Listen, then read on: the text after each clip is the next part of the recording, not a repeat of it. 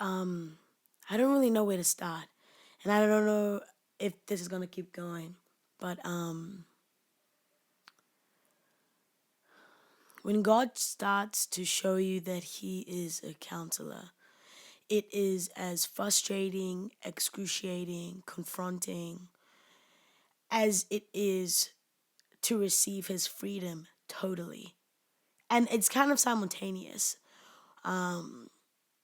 And it's like it reminds me of like when I used to go to counseling and when I used to go to therapy. But it was a little bit more different because I could neglect my therapist. I could choose not to show up, choose not to go somewhere, or like journey down a specific past or trauma or experience, and they wouldn't necessarily make me come to a session or make me go there. And God is the same. He is still non intrusive, He is still not controlling. He doesn't just barge in to the areas of our heart, but I think you can't avoid it, right? Like I used to be like, okay, well, I'll just worship you and I'll just acknowledge you and I'll just pray to you and I'll converse with you, but we'll ignore this aspect of my life at the moment. We'll ignore this thing that's going on and we'll just focus on everything else, which is so stupid to say out loud. I'm totally aware that this is probably not the most intelligent story you're going to hear about journeying through the Lord literally restoring years the locust of eating, the Lord literally giving me freedom for the sake of it. Like, yes, me being redeemed and me being like slowly healing these different things that was going on in my life, in my head and my heart, has allowed me to become a better friend, a better person, a better coworker, a better daughter, a better sister. But like honestly, God just did that for that, just for me to have freedom. That's how vast His love is. But I really want to speak about the process of that because like drawing near to God and Him drawing near to you, I feel like we've definitely romanticized this concept and this action. It's a doing thing. When you draw near, you're going towards. You're getting closer. You're venturing towards something, towards somebody in this case, and it was very much this thing of like, it is beautiful. It is incredible, but it is just this place where God begins to bring up stuff and things that either I was just not ready to face or I didn't even know happened to me. The amount of blocked traumas God brought to surface that explained my character, explained my personality, explained why I am the way I am, I am the way I talk, the way I behave. Honestly, like we joke about trauma block, but I want you to know it is a real thing. And it is scary when God begins to show you the root cause of who you are. The root, what is at the center of your mindset, the center of your thought patterns, your behavior, your speech, your dialect, your diction, your pace. And it was really scary and it was really hard. I just didn't know these things had happened to me, and I just didn't know that I was walking around with all this stuff and that me being assertive was not natural. Like, I'd always just say, oh, I'm like naturally assertive. I'm naturally a leader. I'm naturally someone who likes to take control. And God just began to show me, no, you're not. You picked up all of these things to develop a protective, like, wall around yourself because you were bullied, because this happened, because that happened, because your parents got divorced, because you are the oldest, because you dropped out, because you felt like all like a plethora of just memories that I totally forgot and totally just didn't know were there. God brought up, and I really, really ran away. It was so painful. So painful. And here's the thing. Here's something that I heard Jackie Hill Perry say that has always stuck with me. If you're not predispositioned to believe and know and just trust that God is totally good, not a single part of Him comes with ill intent or with evil, you're not going to view things rightly, be it the Bible, be it the things that happen in your life, be it a closed door, be it not getting an opportunity or the boyfriend or the girlfriend or the amount of money that you need, etc., or that you want. You're not going to view it rightly if you are not viewing it through the lens of He cannot fail. He cannot make a mistake. He cannot let me down, and He cannot forsake me. And I didn't have that perspective. If I can tell you anything that this journey and this last season of being counseled by God has taught me is that I did not see him rightly. And when things wouldn't go my way, or when a door would close, I really began to question the goodness of God. And so I was in this position where the question was no longer, is God real? That is just a given. I mean, anyone who denounces the idea or and the lovingness and the person that is God, I mean, is quite, yeah. The question actually is he who he says he is? Is he the man that said, I love you so much that I sent my only son, my begotten son, to go, and I allowed the lamb to be slain. I allowed the one who was blameless, without sin, without fault, without stumbling, to hang up on the cross, knowing that I was supposed to hang in that exact space, and in his place. And like when I questioned that and I let my mind go wild, because I don't know about you, sorry, that was my sister texting me. Hee hee. Oh, that distracted me. What was I saying? Well, because I'm kind of a person who, unfortunately, I'm getting better at this. I'm learning this not to process in isolation. Filtering my thoughts and trying to understand how I feel, I think is actually really healthy when I kind of have a bouncing board and somebody there to tell me, hey, that thought, let it die. That thought, let it be captive, like held captive. Because if you allow that kind of thinking to keep going, Audrey, you're gonna get worse. It's gonna, like your brain, your heart, your body is lying to you. I say all of this to say, because I did not see God rightly when He began to bring up things in my past that I promise you I did not remember. And it's so wild, right, to think about. How can you not remember being sexually assaulted? Well, it's kind of one of those things. How do you not remember being yelled at and being spoken to like that and feeling so afraid and so small? I can't tell you. There's probably a psychological understanding and explanation for it, but for me, I can't tell you why I forgot those things.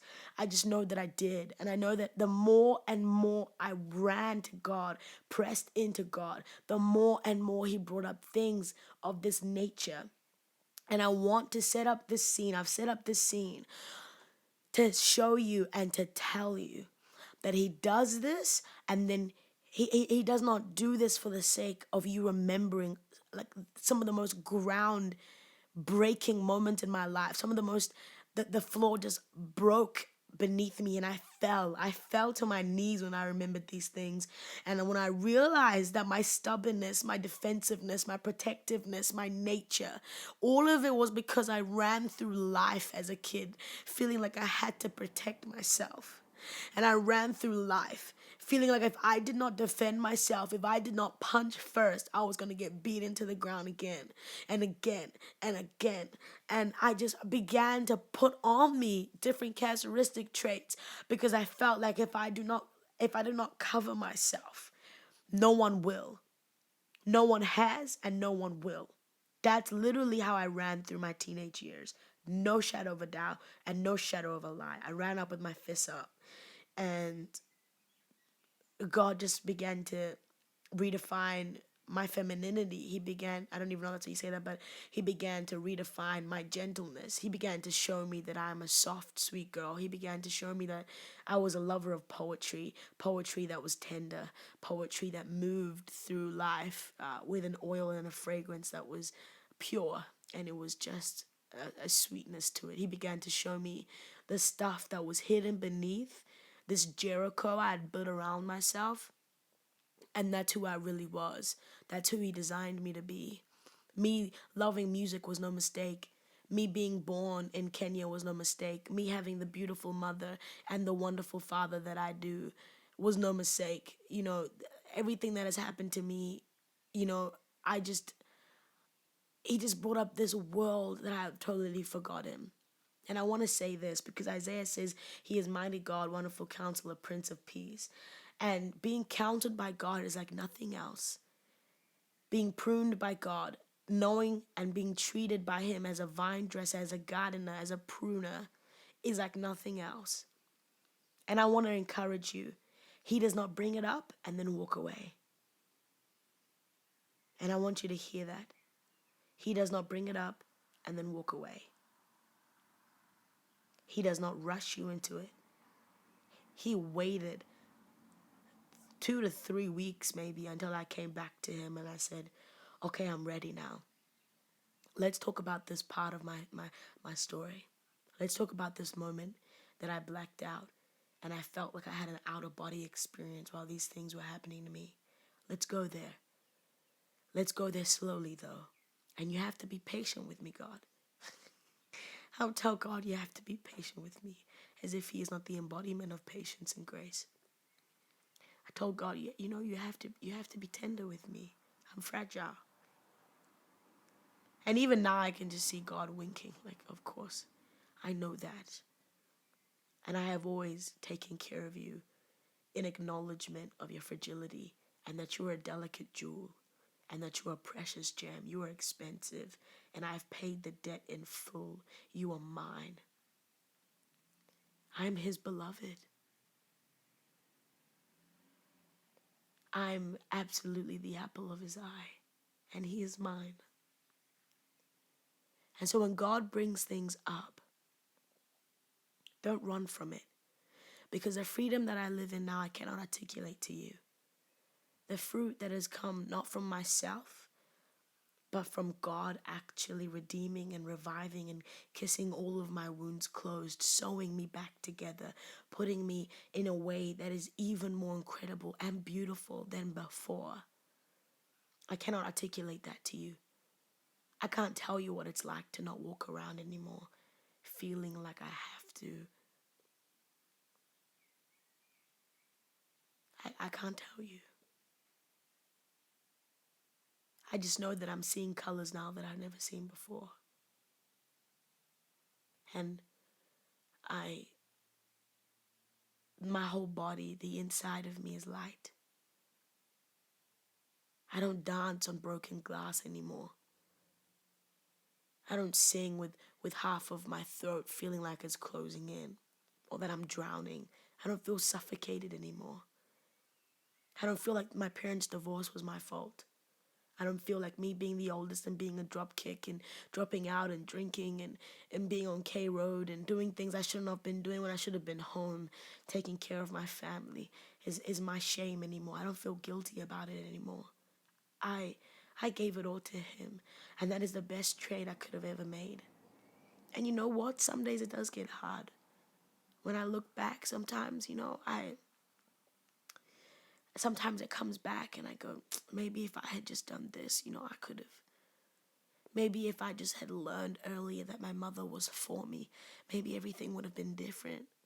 And then I'm reminded of Lot's wife, and that's why she turned into a pillar of salt. Because to look back, man, to look back is to sin, is to stumble, is to forget, it's to look toward, it's to draw near.